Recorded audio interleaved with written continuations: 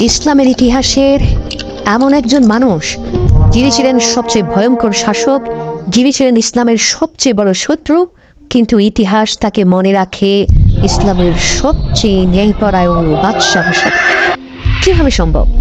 কিভাবে একজন নির্মম যোদ্ধা হয়ে উঠলেন মানবতার রক্ষক?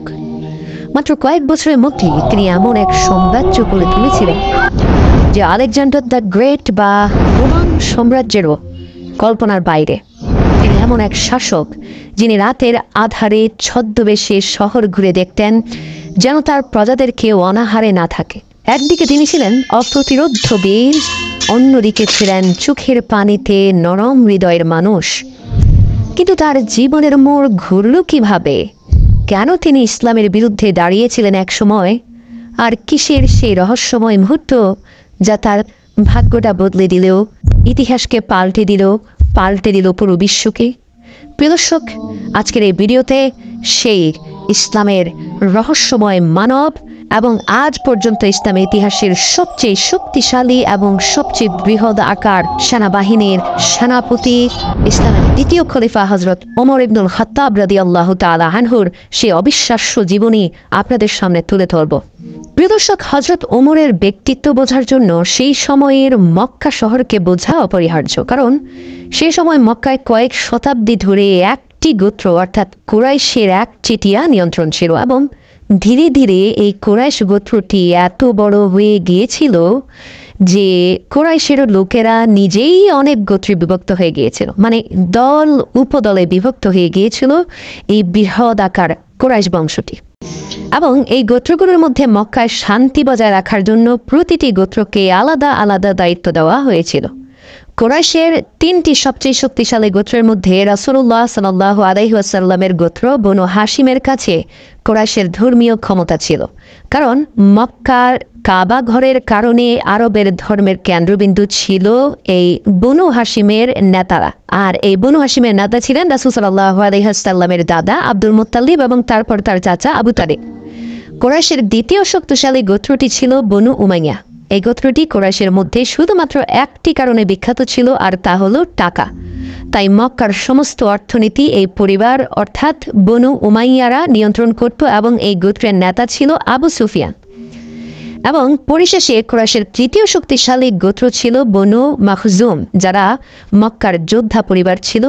তাই মক্কার প্রতিটি যুদ্ধের পরিকল্পনা এই পরিবারের সদস্যরা করত, এবং সবচেয়ে বেশি অস্ত্র এই পরিবারের কাছেই ছিল। এবং বনু মাখজুমের নেতারা সবচেয়ে শক্তিশালী নেতাদের মধ্যে ছিলেন, যাদের মধ্যে একজন আবু জাহেল নামেও পরিচিত ছিল, যদিও তাকে ওই সময় আবুল হেকাম বা বুদ্ধির রাজা বলা হতো।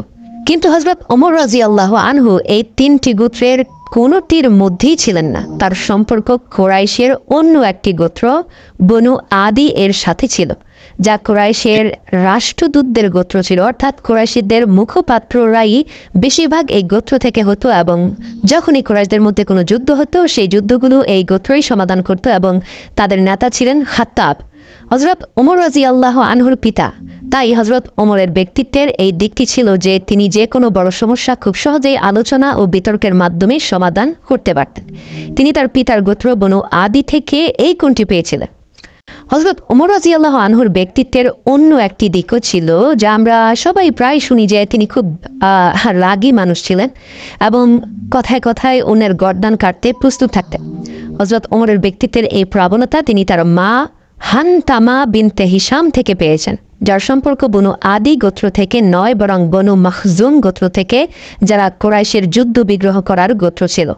এই গোত্রের মানসিকতা বোঝার জন্য এটাই যথেষ্ট যে এই গোত্র থেকেই জন্মেছিলেন হযরত ওমর রাদিয়াল্লাহু আনহুর চাচাতো ভাই, যার নাম খালিদ বিন ওয়ালিদ।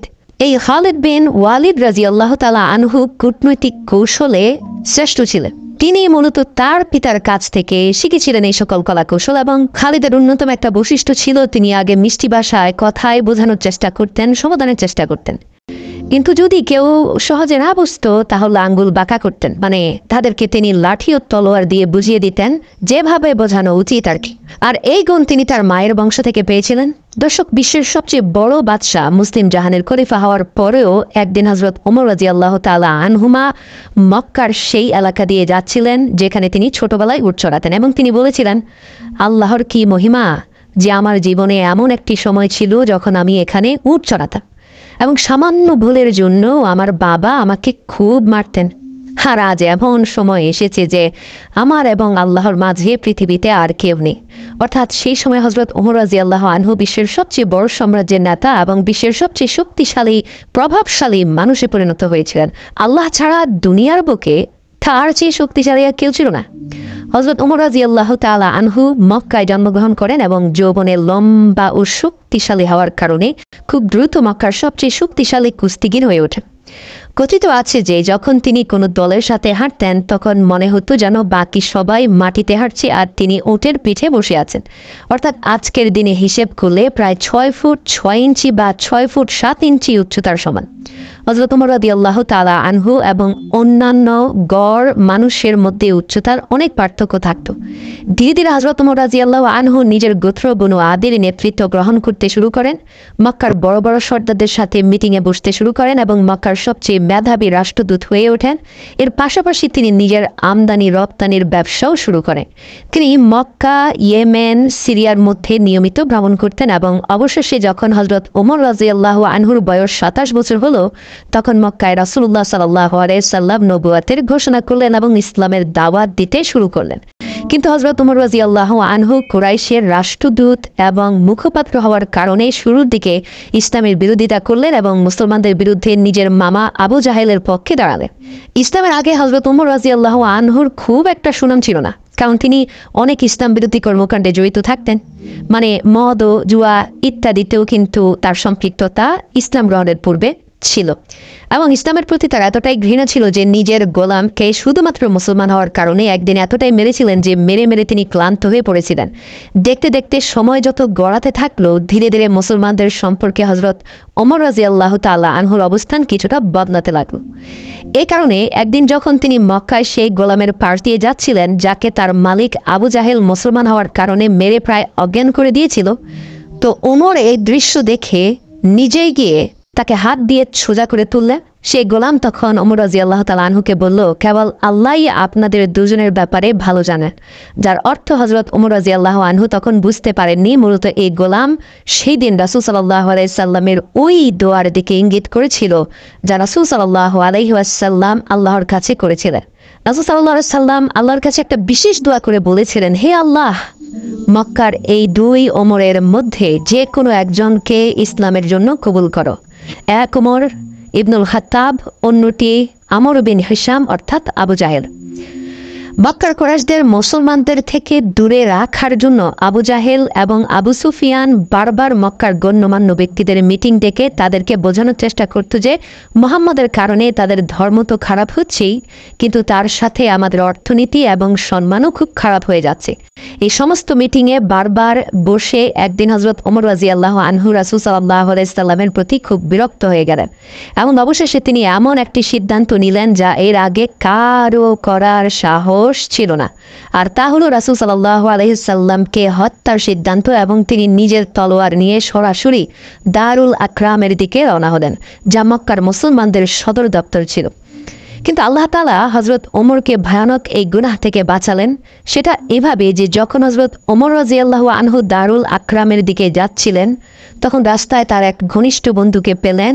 তার সেই বন্ধু কিছু সময় আগেই গোপনে মুসলমান হয়েছিল, কিন্তু সে হযরত ওমর রাদিয়াল্লাহু তাআলা আনহুকে তা জানায়নি। সে হযরত ওমরকে থামিয়ে বলল, ওমর কোথায় যাচ্ছ? ওমর রাদিয়াল্লাহু তাআলা আনহু তার উদ্দেশ্যে বললেন, আমি মুহাম্মদকে হত্যা করতে যাচ্ছি। তখন সেই লোকটি খুব ভয় পেয়ে গেল। সে ওমর রাদিয়াল্লাহু তাআলা আনহুকে বলল, হে ওমর, রাসূল সাল্লাল্লাহু আলাইহি সাল্লামের কাছে যাওয়ার আগে নিজের ঘরের খবর তো নাও। এই কথা শুনে হযরত ওমর রাদিয়াল্লাহু আনহু সব বুঝতে পারলেন এবং সরাসরি তার বোনের বাড়ির দিকে রওনা হলেন। ওমর রাদিয়াল্লাহু আনহুর বোন তার স্বামী সাইদ বিন জায়েদের কারণে আগেই মুসলমান হয়েছিল। সাইদ বিন জায়েদ হযরত ওমরের বোনের স্বামী হওয়ার পাশাপাশি তার চাচাতো ভাইও ছিলেন এবং তার চাচা রাসূলুল্লাহর নবুয়তের আগেই মক্কার ধর্ম ত্যাগ করেছিলেন এবং সর্বদা মক্কার ধর্মের বিরুদ্ধে কথা বলতেন। তিনি বলতেন, যখন আমরা সবাই জানি যে ইব্রাহিম আলাইহিস সালাম এক আল্লাহর ইবাদত করতেন এবং তার দ্বিতীয় পুত্র ইসহাকের বংশধররাও এক আল্লাহর ইবাদত করত, তবে আমরা ইসমাইলের বংশধর হয়ে এতগুলো ঈশ্বর কোথা থেকে আনলাম? তো যাই হোক, হযরত ওমর যখন বোনের বাড়িতে গিয়ে তার বোনের জামাইয়ের কোরআন তেলাওয়াত শুনলেন, সাথে সাথে ঘরের ভেতরে গিয়ে সাইদ বিন জায়েদকে মারতে শুরু করলেন। তার বোন ফাতিমা নিজের স্বামীকে বাঁচানোর চেষ্টা করলেও রাগান্বিত এবং শক্তিশালী ওমরের কাছে পাত্তা পেল না, যার ফলে তার শরীর থেকে রক্ত ঝরতে থাকে। নিজের বোনের রক্ত দেখে হযরত ওমরের মনে অবশেষে একটি পরিবর্তন আসে এবং তিনি জিজ্ঞেস করেন, হে ওমর, তুমি কি মানুষ থেকে পশুতে রূপান্তরিত হয়ে যাচ্ছ না? তুমি কি কিছুটা সময় নিজেকে শান্ত করতে পারো না? অর্থাৎ নিজেকে নিজেই এই কথাগুলো বলতে থাকলেন। অতঃপর নিজের ভেতরের রাগ নিজের বিবেক দ্বারা কিছুটা শান্ত করলেন। ঠান্ডা মাথায় বললেন, তোমরা আসলে কি পড়ছিলে? আমাকে সেটা দেখাও, এতে কি লেখা আছে? ভয়ে ভয়ে ওমরের বোনের জামাতা এবং বোন অবশেষে কালেমা শরীফ পাঠ করে তাকে শোনালেন। হযরত ওমরের হৃদয়ে লা ইলাহা ইল্লাল্লাহু মুহাম্মাদুর রাসূলুল্লাহ সাল্লাল্লাহু আলাইহি ওয়াসাল্লাম এই কালেমাটি একটা শক্তিশালী তীরের মতো গিয়ে হৃদয়ের গভীরে গিয়ে বেঁধে গেল। এই এমন এক তীর যা কোনো অপারেশনের মাধ্যমেও কলব থেকে বের করা সম্ভব নয়। তিনি এক এবং অদ্বিতীয় সৃষ্টিকর্তায় বিশ্বাসী হয়ে মুহূর্তের মধ্যে নিজেও আবার বোনের জামাতা এবং বোনের সাথে সে কালেমা পড়তে লাগলেন। আর নিজের বোনকে কিছুক্ষণ আগে যে রক্তাক্ত করেছিলেন তাকে এবং তার বোনের জামাইকে জড়িয়ে ধরে ক্ষমা চাইলেন। ইসলাম গ্রহণের পর তিনি আবার দারুল আকরামের দিকে রওনা হন। তবে সেখানে তখনও কেউ জানত না যে হযরত ওমর রাদিয়াল্লাহু তাআলা আনহু ইসলাম গ্রহণ করেছেন। যখন তারা হযরত ওমর রাদিয়াল্লাহু তাআলা আনহুকে হাতে তলোয়ার নিয়ে আসতে দেখেন, তখন কিছু মুসলমান ভয় পেয়ে যান। কিন্তু হযরত হামজা রাদিয়াল্লাহু তাআলা আনহু বলেন, ওমরকে আসতে দাও, যদি তার উদ্দেশ্য ভালো হয় তাহলে ঠিক আছে, কিন্তু যদি তার উদ্দেশ্য সঠিক না হয় তবে আমি তার তলোয়ার দিয়ে তার গর্দান উড়িয়ে দেব। উল্লেখ্য আপনাদের জানিয়ে দেই যে ওমর যদি ঘাটতাড়া হয় তাহলে হামজা রাদিয়াল্লাহু তাআলা আনহু ছিলেন ঘাটতাড়ার বাপ। হযরত ওমর রাদিয়াল্লাহু তাআলা আনহু ভেতরে গেলে রাসূল সাল্লাল্লাহু আলাইহি সাল্লাম তাকে জিজ্ঞেস করলেন, ওহে ওমর, এখনো কি সময় হয়নি তোমার হৃদয়ে প্রবেশ করা সেই কালেমার প্রকাশ করতে? ওহে ওমর, এখনই কি তোমার হৃদয়ে সেই কালেমা পৌঁছায়নি? এখনই কি হৃদয়ের গভীর থেকে কোনো শব্দ শুনতে পাও না? এর উত্তরে হযরত ওমর রাদিয়াল্লাহু তাআলা আনহু রাসূল সাল্লাল্লাহু আলাইহি ওয়াসাল্লাম এবং অন্যান্য সকল মুসলমানের সামনে চোখের পানি ছেড়ে দিয়ে কালেমা পড়তে থাকেন, যার ফলে সেখানে উপস্থিত সকল মানুষ উচ্চস্বরে আল্লাহু আকবার ধ্বনি দিতে থাকে। এটা ছিল ইসলামের ইতিহাসে এক অলৌকিক ঘটনা যা সম্পূর্ণ রুহানি জগতে ঘটেছে। অনেক সূত্র অনুযায়ী এটি ছিল নবুয়তের ৬ষ্ঠ বছর এবং হযরত ওমর রাদিয়াল্লাহু তাআলা আনহুর বয়স ছিল তখন ৩২ বা ৩৩ বছর। হযরত ওমরের ইসলাম গ্রহণের পর মুসলমানদের সংখ্যা ৫০-এ দাঁড়ায়, যার মধ্যে ৪০ জন পুরুষ এবং ১০ জন মহিলা সাহাবী ছিলেন। হযরত ওমরের ইসলাম গ্রহণের পর মুসলমানদের অবস্থার ব্যাপক পরিবর্তন ঘটে, কারণ এর আগে যারা ইসলাম গ্রহণ করেছিলেন তারা অধিকাংশই দুর্বল ছিলেন আর তাই গোপনে ইসলাম গ্রহণ করতেন। কিন্তু হযরত ওমরের ইসলাম গ্রহণের পর তিনি সরাসরি তার মামা আবু জাহেলের বাড়িতে গিয়ে তাকে জানান যে তিনি ইসলাম গ্রহণ করেছেন। এতে আবু জাহেল বলেন, এটা হতেই পারে না যে তোমার মতো লোক ইসলাম গ্রহণ করবে, কারণ হযরত ওমরের আগের জীবন ছিল ইসলামের সম্পূর্ণ বিপরীত। এরপর হযরত ওমর রাদিয়াল্লাহু তাআলা আনহু সোজা জামিল বিন মামুরের কাছে যান এবং তাকেও তার মুসলমান হওয়ার কথা জানান। আচ্ছা, এই জামিল বিন মামুরের একটু পরিচয় দেই। তিনি এমন একজন লোক ছিলেন যার পেটে বেশি সময় কোনো কথা থাকতো না। তাকে আপনি ওই সময়ের মিডিয়া সেল বলতে পারেন, মানে তার কাছে কোনো একটা শব্দ বলা মানে পুরো কুরাইশদের কাছে দ্রুত সেটা ছড়িয়ে পড়া। তাই যখন তিনি এত বড় খবর জানতে পারলেন তখন তিনি সোজা দৌড়ে গিয়ে মক্কার অলিতে গলিতে ঘোষণা করতে থাকলেন, মানে এটা তার অভ্যেস ছিল। সে বলতে থাকলো, ওমর আমাদের ধর্ম ত্যাগ করেছে। হযরত ওমরের আগে মুসলমানরা মক্কায় লুকিয়ে লুকিয়ে নামাজ পড়তো, কিন্তু হযরত ওমরের ইসলাম গ্রহণের পর সব মুসলমান সবার সামনে প্রকাশ্যে নামাজ পড়তে শুরু করে এবং এমনকি তারা কাবার ভেতরে গিয়েও নামাজ আদায় করতে থাকে। এরপর হযরত ওমর রাদিয়াল্লাহু তাআলা আনহু তার জীবন রাসূল সাল্লাল্লাহু আলাইহি সাল্লাম ও ইসলামের জন্য উৎসর্গ করেন এবং এর কিছুদিন পর মুসলমানদের সঙ্গে মক্কায় তার পরিবার ও সমস্ত ক্ষমতা ছেড়ে মদিনার দিকে হিজরত করেন। মদিনায় এসে রাসূল সাল্লাল্লাহু আলাইহি ওয়াসাল্লাম মক্কার মুহাজিরদের যাদের কোনো ঘর বা ব্যবসা ছিল না তাদের প্রত্যেকে একজন আনসারের ঘরে পুনর্বাসন করেন। হযরত ওমর রাদিয়াল্লাহু তাআলা আনহু একজন আনসারের সঙ্গে বসবাস করতে শুরু করেন। তারা তাদের সময় এমনভাবে ভাগ করে নেন যে একদিন সেই সাহাবী রাসূল সাল্লাল্লাহু আলাইহি ওয়াসাল্লামের খেদমতে হাজির হতেন এবং হযরত ওমর তাদের ব্যবসা সামলাতেন, আর পরের দিন হযরত ওমর রাসূল সাল্লাল্লাহু আলাইহি ওয়াসাল্লামের কাছে যেতেন এবং সেই সাহাবী ব্যবসা চালাতেন। হযরত ওমরের হিজরতের মাত্র 2 বছর পর বদরের যুদ্ধে হযরত ওমর রাদিয়াল্লাহু তাআলা আনহু হযরত হামজা রাদিয়াল্লাহু তাআলা আনহুর নেতৃত্বে যুদ্ধে অংশ নেন। যুদ্ধ জয়ের পর হযরত ওমরের মতামত ছিল যে আমাদের বন্দীদেরকে হত্যা করা উচিত, কিন্তু রাসূল সাল্লাল্লাহু আলাইহি সাল্লাম ও আবু বকর রাদিয়াল্লাহু তাআলা আনহুর মতামত ছিল এর বিপরীত। কিন্তু এরপর কোরআনের একটি আয়াত নাজিল হয় যেখানে স্পষ্টভাবে হযরত ওমর রাদিয়াল্লাহু তাআলা আনহুর মতামতকে প্রাধান্য দেওয়া হয়। এই সিদ্ধান্ত এবং অন্যান্য কিছু সিদ্ধান্তের কারণে হযরত ওমরের নাম আল ফারুক রাখা হয়, যার অর্থ সত্যকে চিনতে পারা, সত্যের পক্ষে থাকা। বদরের যুদ্ধের 1 বছর পর উহুদের যুদ্ধ এবং তারপর খন্দকের যুদ্ধেও হযরত ওমর রাদিয়াল্লাহু তাআলা আনহু মুসলমানদের সেনাদলে ছিলেন। এরপর হুদায়বিয়ার সন্ধির সময় রাসূল সাল্লাল্লাহু আলাইহি সাল্লাম হযরত ওমর রাদিয়াল্লাহু তাআলা আনহুকে মক্কাবাসীদের সঙ্গে চুক্তি করতে বলেন, কিন্তু হযরত ওমর রাদিয়াল্লাহু তাআলা আনহু পরামর্শ দেন যে তার পরিবর্তে হযরত ওসমান রাদিয়াল্লাহু তাআলা আনহুকে পাঠানো হোক, কারণ এখন আবু জাহেল মারা গেছেন এবং তারপরে মক্কার নতুন শক্তিশালী সর্দার হলেন আবু সুফিয়ান, যিনি হযরত ওসমান রাদিয়াল্লাহু তাআলা আনহুর গোত্রের লোক। এরপর মক্কাবাসীরা মুসলমানদের সামনে এমন একটি চুক্তি রাখে যা দেখে মনে হচ্ছিল মুসলমানরা এই চুক্তিতে স্বাক্ষর করলে বিরাট ভুল করবে। কিন্তু রাসূল সাল্লাল্লাহু আলাইহি ওয়াসাল্লাম সাহাবীদের মতামত উপেক্ষা করে এই চুক্তিতে সিলমোহর দেন। এতে কয়েকজন সাহাবী খুবই বিভ্রান্ত ও অসন্তুষ্ট হন। তাদের মধ্যে একজন ছিলেন হযরত ওমর রাদিয়াল্লাহু তাআলা আনহু। তিনি সোজা রাসূলুল্লাহ সাল্লাল্লাহু আলাইহি সাল্লামের কাছে গিয়ে জিজ্ঞাসা করেন, আপনি কি সত্য নবী নন? রাসূলুল্লাহ সাল্লাল্লাহু আলাইহি সাল্লাম বলেন, অবশ্যই। তখন হযরত ওমর রাদিয়াল্লাহু তাআলা আনহু বলেন, আমাদের শত্রুরা কি কাফির নয়? রাসূল সাল্লাল্লাহু আলাইহি সাল্লাম বলেন, অবশ্যই। তখন হযরত ওমর রাদিয়াল্লাহু তাআলা আনহু বলেন, তাহলে কেন আমরা তাদের প্রতিটি কথা মেনে নিচ্ছি? কেন আমরা তাদের সামনে দুর্বল ও অসহায় হয়ে যাচ্ছি?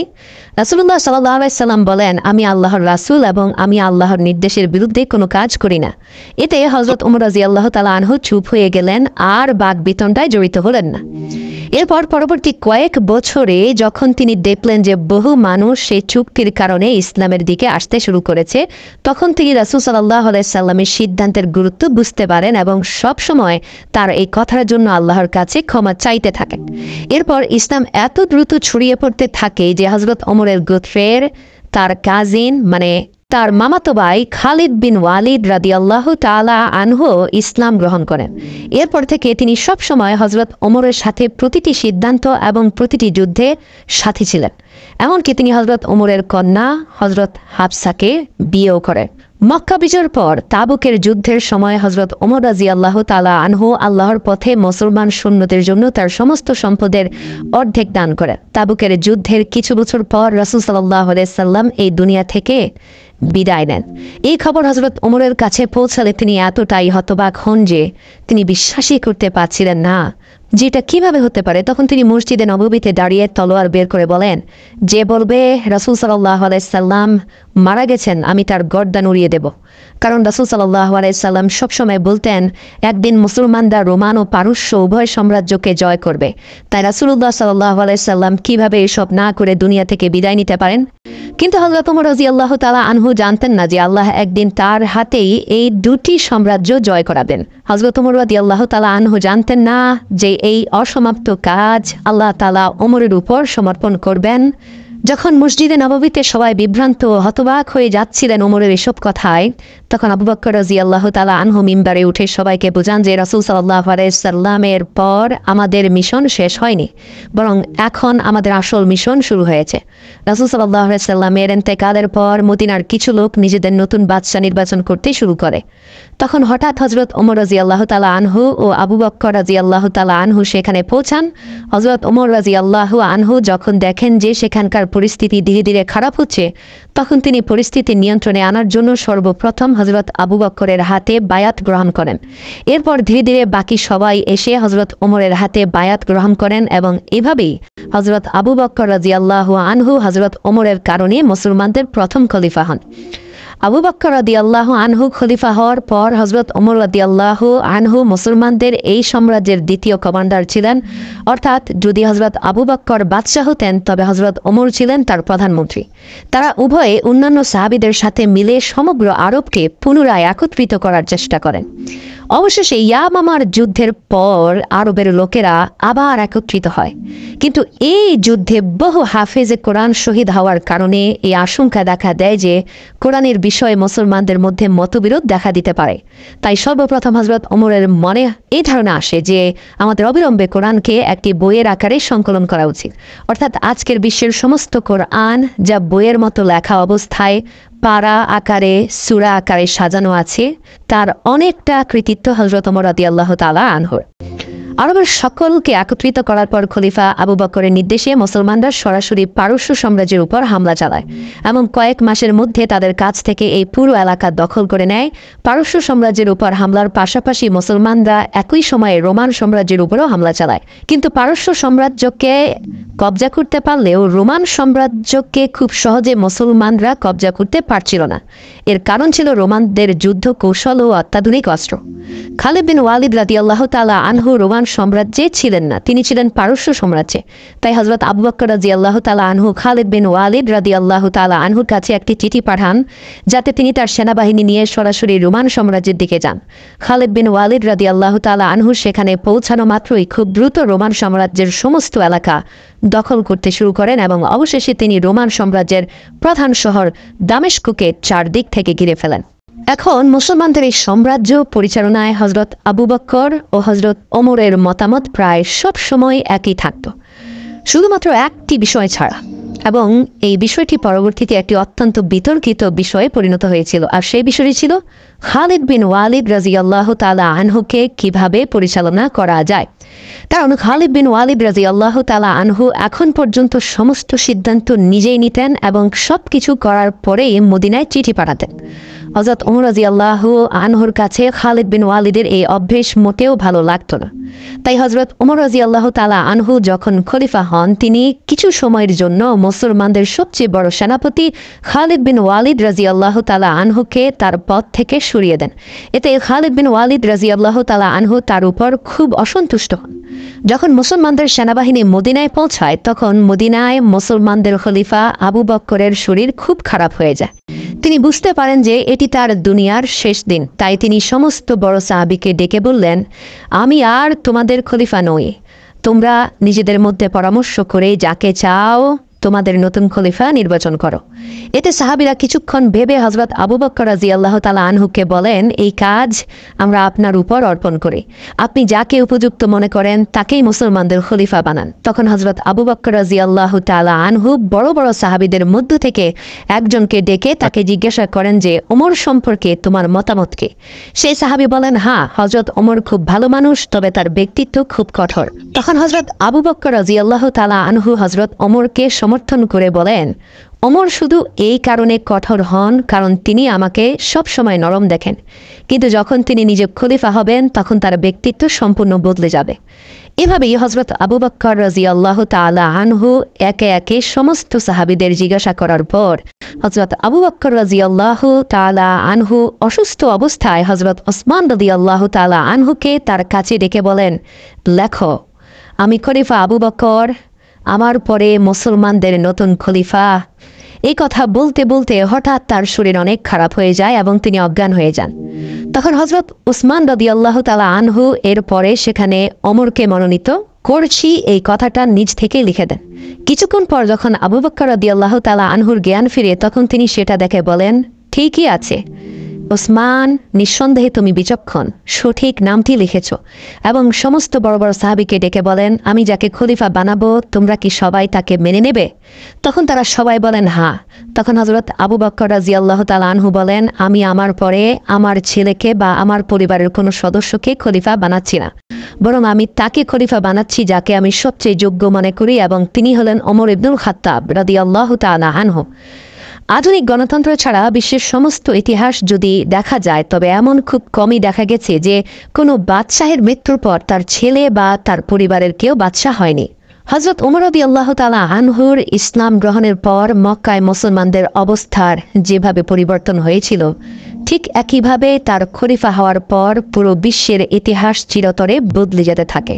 কারণ পরবর্তী কয়েক বছরে হযরত ওমর রাদিয়াল্লাহু তাআলা আনহু এমন এক বিশাল সাম্রাজ্য করে তোলেন যা এর আগে পৃথিবীতে কারও ছিল না, এবং এই সাম্রাজ্য জয়ের পর সেখানে তিনি এমন এক শাসন ব্যবস্থা চালু করেন যে 1400 বছর পরে আজও সেই সমস্ত অঞ্চলে মুসলমানদের শাসনই অব্যাহত রয়েছে, শুধুমাত্র একটি ছোট অঞ্চল ছাড়া, ইসরায়েল।